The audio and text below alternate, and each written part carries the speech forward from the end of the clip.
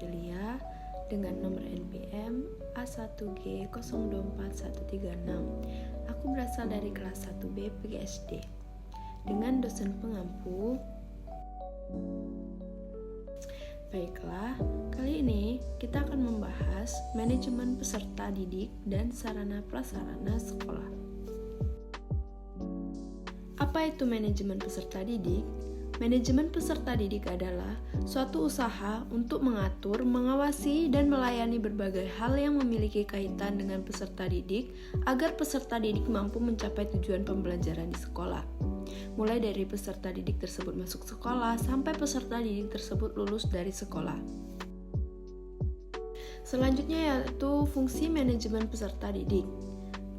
Adalah sebagai sarana bagi peserta didik untuk mengembangkan diri seoptimal mungkin, baik individu, sosial, aspirasi, kebutuhan, dan potensi lainnya.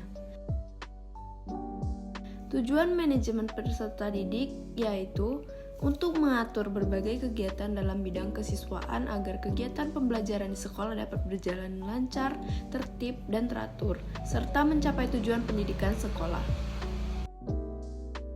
Selanjutnya yaitu prinsip manajemen peserta didik. Yang pertama yaitu manajemen peserta didik merupakan bagian integral dari manajemen sekolah. Yang kedua, semua bentuk manajemen peserta didik harus mendukung misi pendidikan.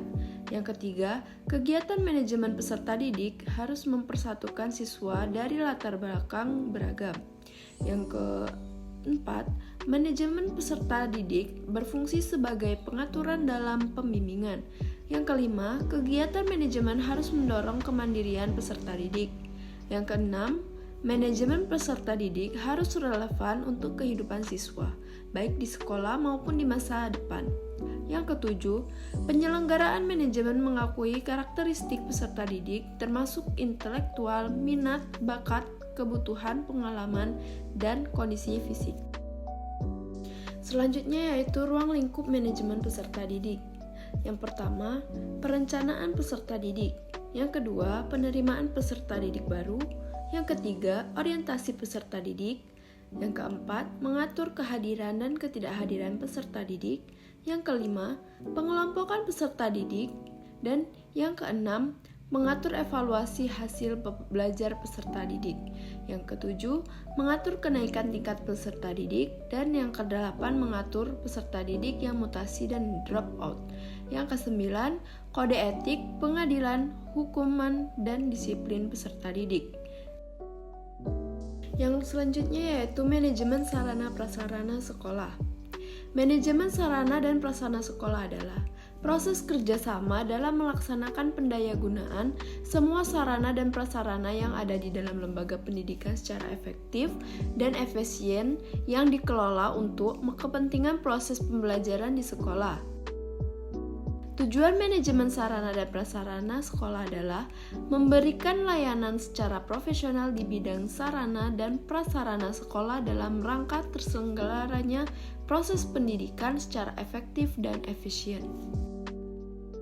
Yang selanjutnya yaitu prinsip manajemen sarana prasarana sekolah. Yang pertama yaitu prinsip pencapaian tujuan, yang kedua prinsip efisiensi, yang ketiga prinsip administratif, yang keempat prinsip kejelasan tanggung jawab, dan yang kelima prinsip kekohesifan. Mungkin itu saja penjelasan materi yang dapat saya sampaikan. Tunggu di video selanjutnya ya. Terima kasih.